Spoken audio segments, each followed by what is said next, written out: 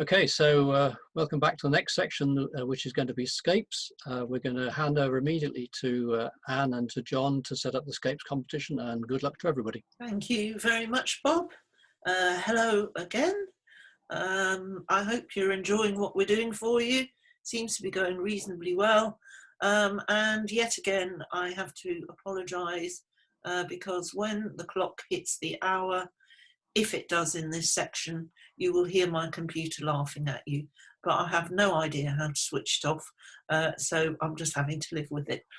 So I apologise for that. Anyway, over to John, and we're going to do a run through of the Scapes.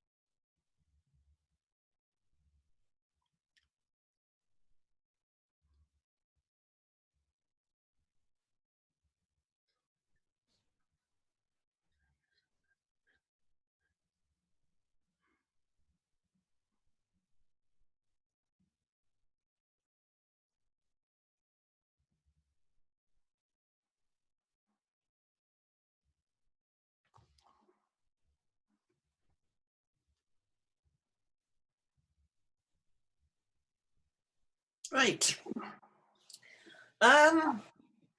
We've got lots of seascapes, lots of landscapes, some really, really lovely images to look at. I can completely understand why you chose this scene, beautiful painted beach huts, and the beach and the promenade area, and it all works well. You've got the S shape going from the right at the bottom and then round and out top left. The buildings and the cliffside and the sea where people are paddling in it, that all works really, really nicely for me. What I'm less certain about is whether we needed the far headland and whether we actually needed anything. I think what I would have done is chopped off the top across the sea, so you lose the buildings, and just above the level where the walk, the sea walk, disappears around the corner. So I chop it off above there, and then I would then come down, and I would bring it down probably to about just past that, what looks like it's either a deck chair or a green surfboard.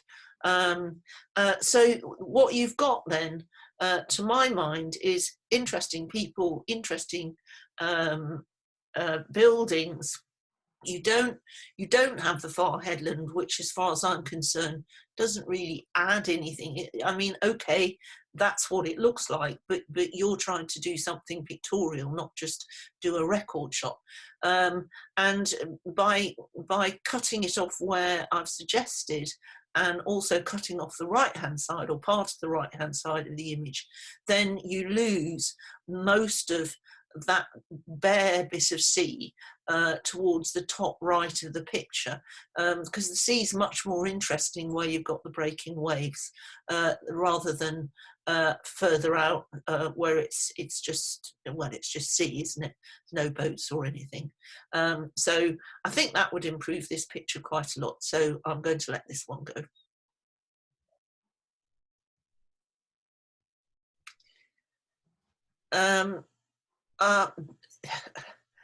I love Laburnum. I really, really love Laburnum. But this Laburnum walk is just beautiful. It's been beautifully captured by the photographer. It's got lovely lighting on the flowers, bringing out all the yellow and the sort of the bright green spring leaves of the laburnum tree.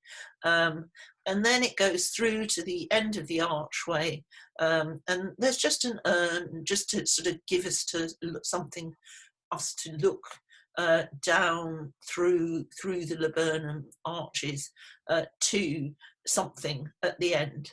And quite often people would put a figure in this sort of picture, but I actually think that a stone urn works much, much better. And for me, this photographer has captured the beauty of laburnum and the joys of spring. So I'm definitely going to keep this one.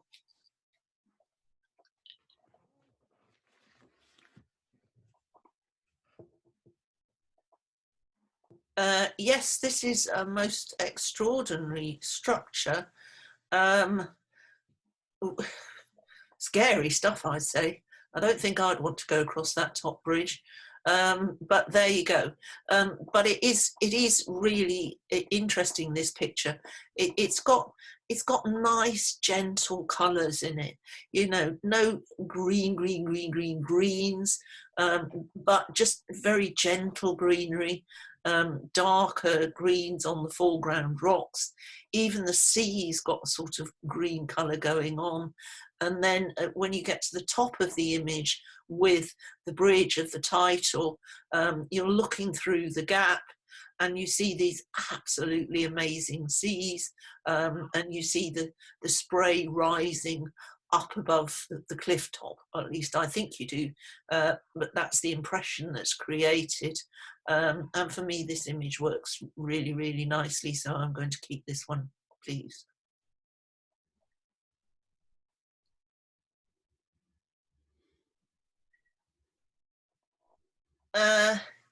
Yes, I'm all for simplicity, but I find this one just a little bit too simple. I think the problem is that it is interesting. I'm not quite sure what I'm looking at, whether I'm looking at mist or I'm looking through smoke or steam or whatever. But this is to me, this is a very intimate picture. I think there would have seemed an awful lot of open space if it had been projected on a large screen at the Women's Institute. Even on my screen, it looks a bit large and there's certain empty areas. I think this is a very intimate picture. And although I'm not going to hold it back because I don't think it works as a projected image, I would suggest that you print it really small and intimate and then use it in a print competition, because it's the sort of picture, it's got a lot to look at, even though there's nothing there. And it's very gentle, it's very pastel, it's very peaceful. But it's the sort of picture that needs to be kind of one-to-one with the viewer, and it has to be very intimate.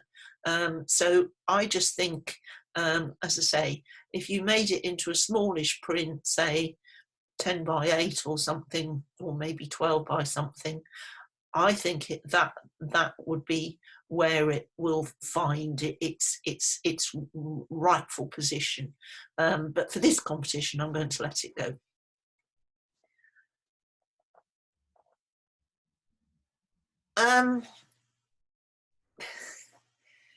You know what I'm going to say next. Every so often, I get lost for words.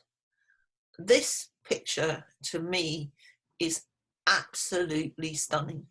I just, you know, I'm quite good at saying, yes, well, this is good and that's good, and then saying how I think pictures could be improved. But when I don't see any room for improvement, and it, I'm just blown away by the picture.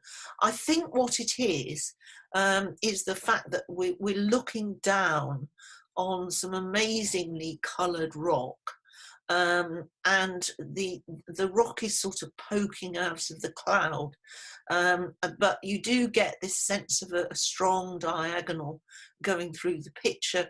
You get a sense of scale, of what you might be looking at through the snowy conifers, but I think it's just, I don't know what it is, but I think it's gorgeous. And I keep saying I want to feel an emotional response to a picture. Well, this one, I just love it. It's super, and I wish it was mine. I'm jealous, so I'm going to keep it.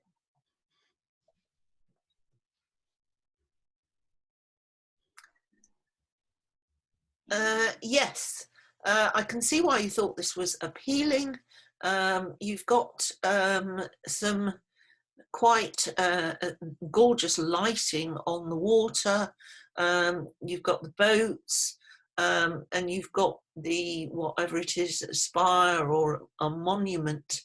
But you do have a little problem. I think you've been playing a bit, because you have a tremendous halo going round the spire, and it also carries on along the cliff, although that could be lighting, but the halo round the spire is definitely not an effect of the sunshine on it, because one side should be in shadow and it goes all the way around. So I think you've got a little problem there, and on my screen I can see quite a lot of digital noise going on, which I suspect is because, you know, you were having to use a high ISO, because you've got difficult conditions here, bright reflections and then dark land as the sun sets. So you set yourself a challenge, and I can totally understand why, but I don't think it quite came off, so I'm going to let this one go.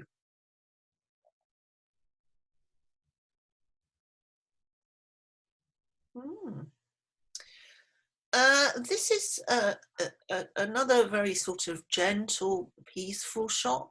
I like the sort of the road going down to the quarry and the quarry. I like the quite gentle colours, and especially the blue water that I guess is part of the old quarry, but I suppose it could be a lake. So, but I just feel there's a little bit too much going on in this picture. I'm not sure that the slates or whatever that rock is at the bottom are that important. I don't really think you needed perhaps the bottom third of the picture, and equally I think maybe if you'd lost a bit of the right hand side as well, then we would have been more concentrated on the quarry, and particularly that sort of little peak, which is kind of, it's important because it balances with the peaks in the distance behind it. So it's repeating shapes which add strength to pictures. So I think you've got a little bit too much in this picture, and possibly as well, although I do like the gentleness of it, possibly you could have done with a bit of directional lighting, not too much, but just a little bit. So I'm going to let this one go.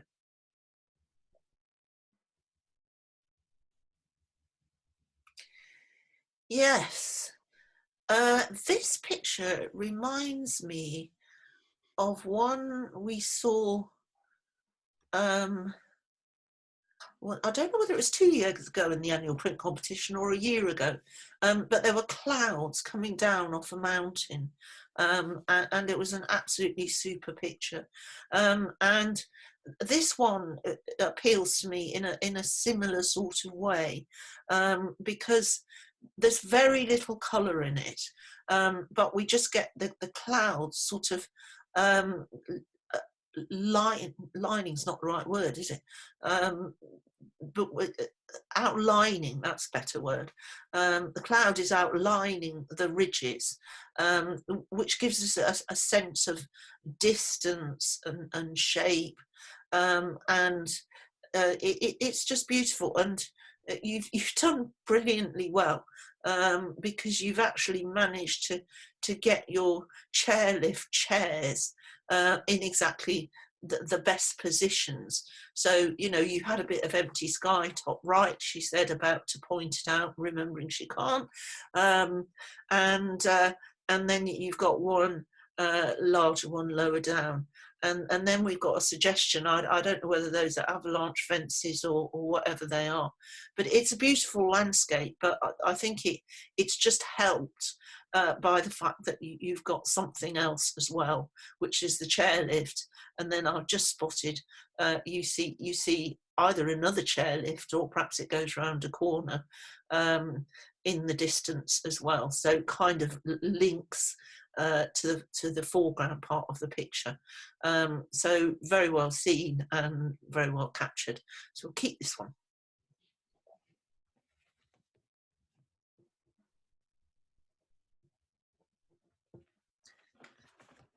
Yes, you've got some nice evening light.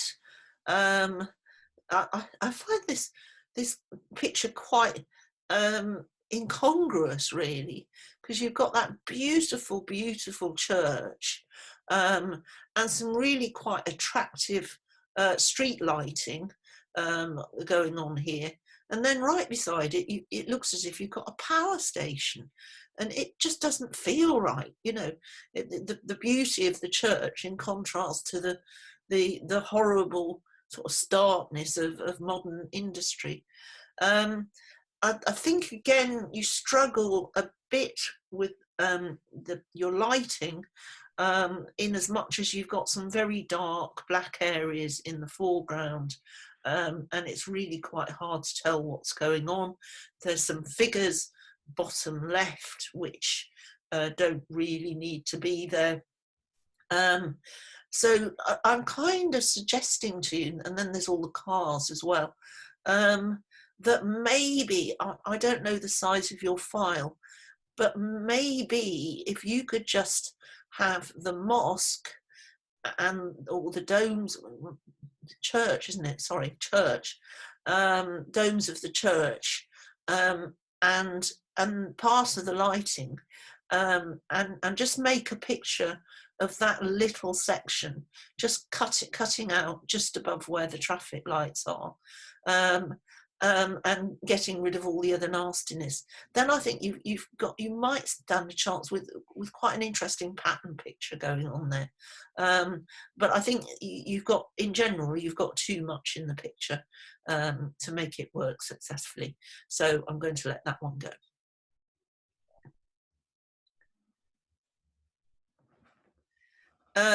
Yes, desert landscape. I don't know whether you've done it, but what quite appeals to me is that you sort of got a kind of yellowy sky, which at the very top, which implies heat and desert to me, you know, even a desert sandstorm coming in or something. You've got beautiful oryx, perfectly positioned in the frame. You've got him in profile, but his head's just twisted enough that we can see both his horns.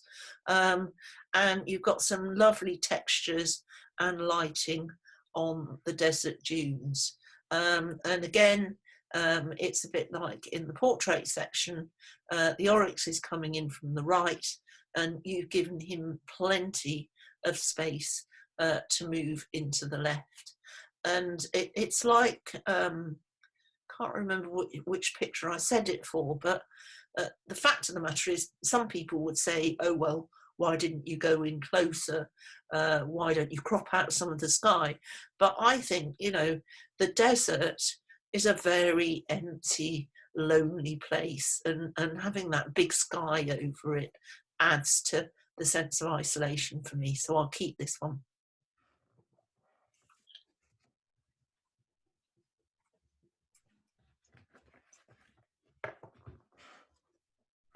Yes, now we've got an avenue of what look like oak trees, but I think for all that it's a very attractive picture.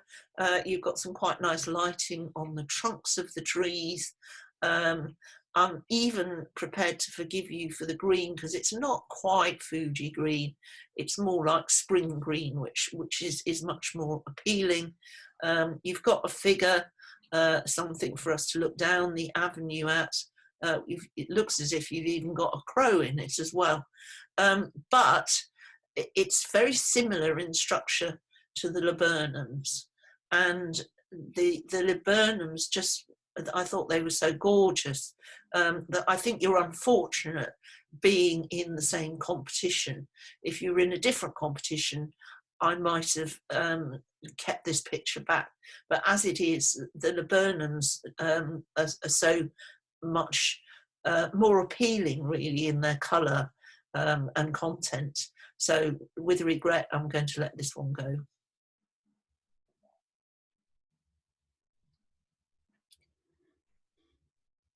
Yes. I've just realised what I've been saying. I've been doing an Alan Sugar, Lord Sugar, and I go, with regret, I'm going to let you go. With regret, you're fired. I do apologise, folks. I'll try and say something else instead. I do like the way that you've post-processed this. I think it's a great monochrome image. The subject matter works well in monochrome. You know, you've got your full tonal range. You've got a slightly slow shutter speed, so that we've got a sense of movement in the water. Fabulous lighting on the lighthouse, and whether it's a cottage or a shop or whatever, on the building as well. I just I like what you've done with this. I think it works really well for me, so I'm going to keep it.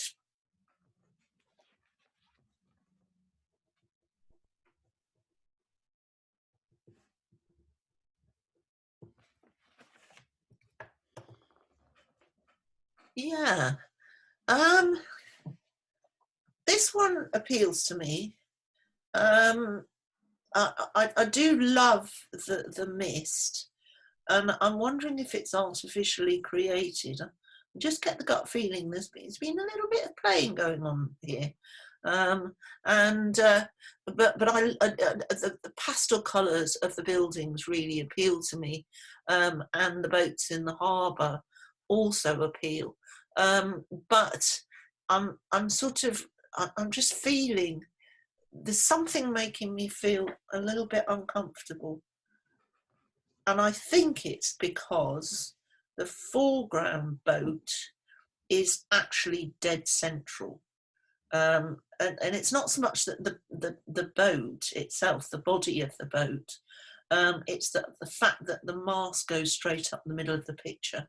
And I think that's what's causing me to feel uncomfortable about it, because there's just something that doesn't sit with me and I can't see anything else it could be.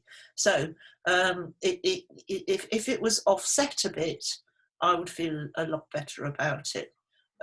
So I don't know whether you can do anything about that, because it is a square image, so maybe different cropping. You could have another go with this image and just see if you can make it just a little bit more comfortable than it is. So I'm going to let that one go.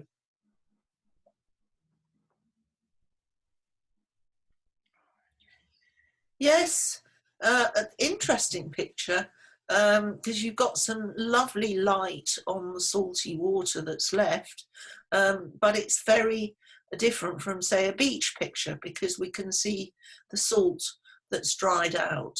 And I quite like, I think if you just got the sunset and the salt and the water, it wouldn't have been enough, but by adding the figures to it, I think that really helps the image.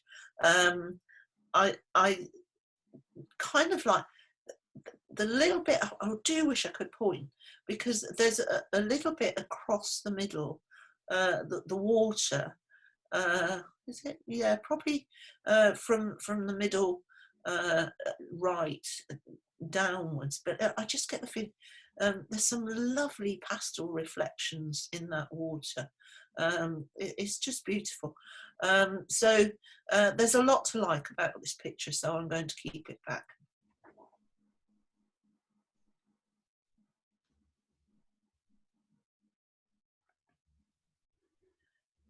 Yes, favourite place of mine. The Travertine Terrace is beautiful.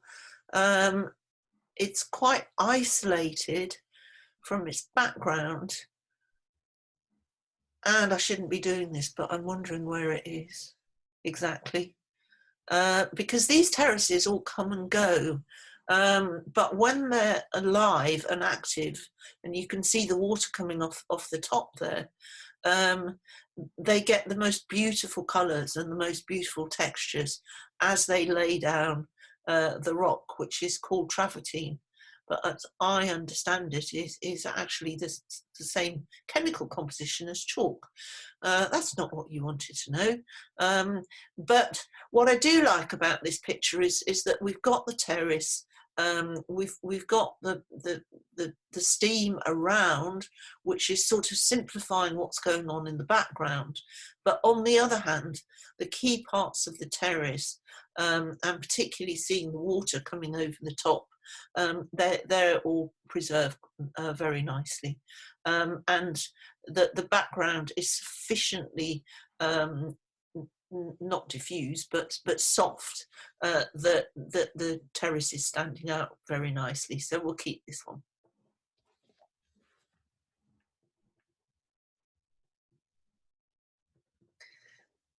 Yes. Amazing, absolutely amazing excuse me, sand dunes and sand dune shapes, and then contrasting against the background, but I'm not sure what the photographer has done. I like the concept of the picture, because we've got some quite nice sort of repeating shapes, we've got some quite nice shadows, bringing out the landscape, but the sky is just so blue, and I get the feeling there's been some HDR going on across the board in this picture, whereas I could just about cope, well, I can cope with it in the dunes, and even the background, hills, mountains, whatever they are. The sky is just too blue for me. It just doesn't feel real. So I'm going to let this one go.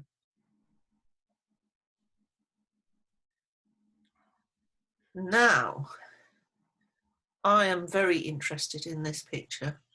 It is a beautiful picture of a glacier. I love the sky. If it's the Grey Glacier, I think it is. It's in Chile, in Torres del Paine National Park, and I don't know whether you got to go in a boat. I'm just curious to know how it was captured, or whether it's perhaps not a recent picture, because I was there last November, and I was absolutely shocked at how far the glacier has retreated in 20 years. It's just shocking. But as a, sorry, my phone's going, but it'll stop soon, hopefully. I like what you've done.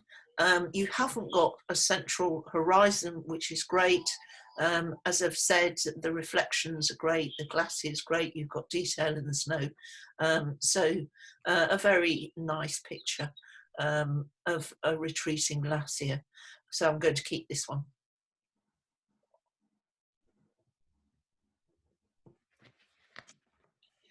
Yeah, another reflections picture. And again, it's just, it really appeals to me. I think it's the light on the trees, and the fact that they're not all sort of upright, if you know what I mean, because you've got one that's almost fallen over, and so it just makes for slightly different reflections, and the trees are all slightly different shapes. So you get some really interesting reflections going on. But at the same time, you've got reflections from the hillside. And I think it's the combination of spring green and blue that's appealing to me. I'm not so keen on the, whether it's more trees or, in this case, shrubs on the left-hand side of the picture. But maybe they were just too close and there was nothing you could do about it. But I could sort of see a picture. You could make one of the two or the two standing trees and the one lying down, and just use the right-hand half of the picture. I think that would work really nicely, especially if you gave a bit of space and cloned out a bit of the fourth tree along. So as it is, I'm going to leave it, but I think you've got the potential for a super image there.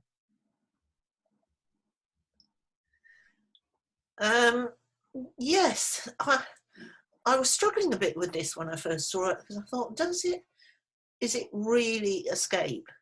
And I've been thinking about it, and I think it is, because it's a seascape, and we're getting a sense of mist and fog, sea fog, sort of coming off the water, and isolating the boat, but still giving us a feel of the shoreline, and of the cliffs or the hillsides behind.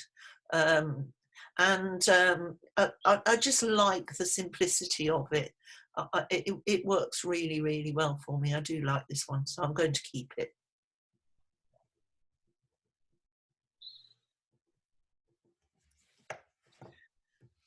Yes, real solitude, way up the mountain, with and looking over a valley, to get the clouds in the valley. I suspect the photographer has been doing a bit of fiddling and diddling, because the clouds look ever so slightly sort of strange to the top left of the picture. And added to that, you've got quite a lot of digital artifacts, sort of in the greeny, browny, pinky browny area on the right hand side of the picture. So I can see what appealed to you, but I think what you've done in your post-processing, perhaps to bring out the sort of the threatening nature of the clouds, hasn't quite worked for me, so I'll let this one go.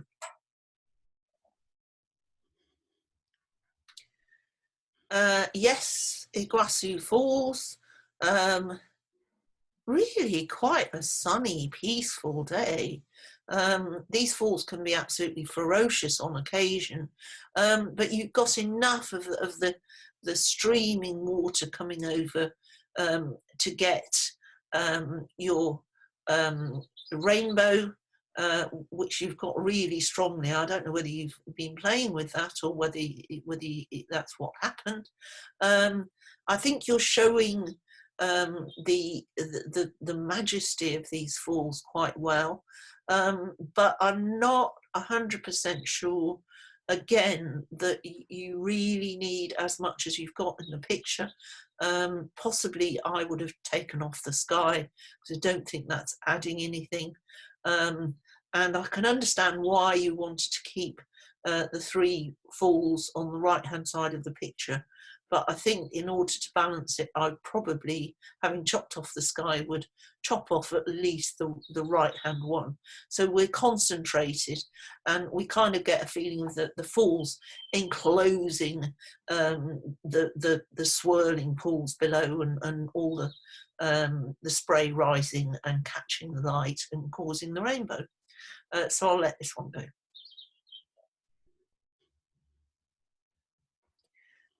Yes, the National Arboretum. I sort of like the way you've printed this. It was a dark and thunderous day, clearly, when you were there. And these, I think that this viewpoint works much better in monochrome than it ever does in colour. And I like the letterbox. Well, not quite letterbox, but I like the format that you've chosen. In other words, you have got rid of some sky, which is a good thing to do. I'd said about the Devon boats that I objected to the mast being straight up the middle, but in this case, this is all about symmetry, and so I think you're absolutely right to have the handrail leading up to the obelisk there. Overall, though, I just feel, I don't know whether you need more contrast or whether you just need to brighten it a bit. It just feels a little bit flat to me. It's just lacking something, and I think it is because it needs a bit of brightness, because the sort of the pavement at the bottom of the steps is really quite dark compared to the way pavement normally is. So just lighten it up, have another go. So I'll let that one go. Yes, really autumnal colours, quite a stunning sky going on there, perhaps a little bit overdone, but I just like the saturation. I think that it does work in this image. And you've got the tree, you've got your diagonal, you've got light on your dead grasses or bracken or whatever it is, and you've even got a little sunlight on the hill in the distance. So it makes the outline of the tree stand out.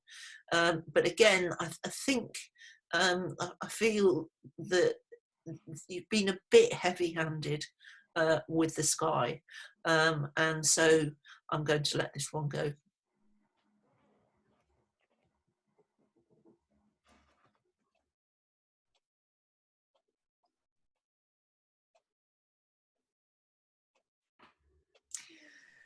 I knew it was going to be difficult.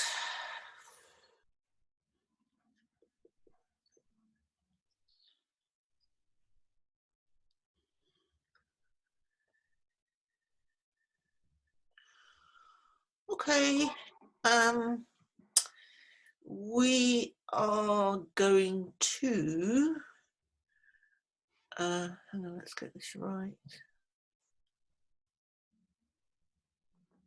We're going to commend the Arabian oryx.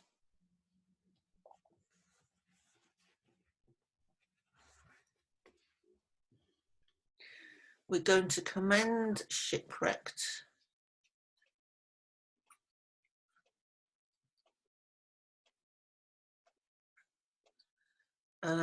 We are going to highly commend laburnum.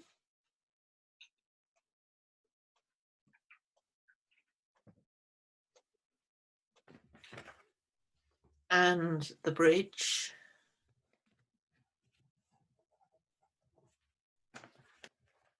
Oh, well done, Bob. And we are now going to struggle again. This is just like the portrait section. The first and second are so close, but second is Mantosorno.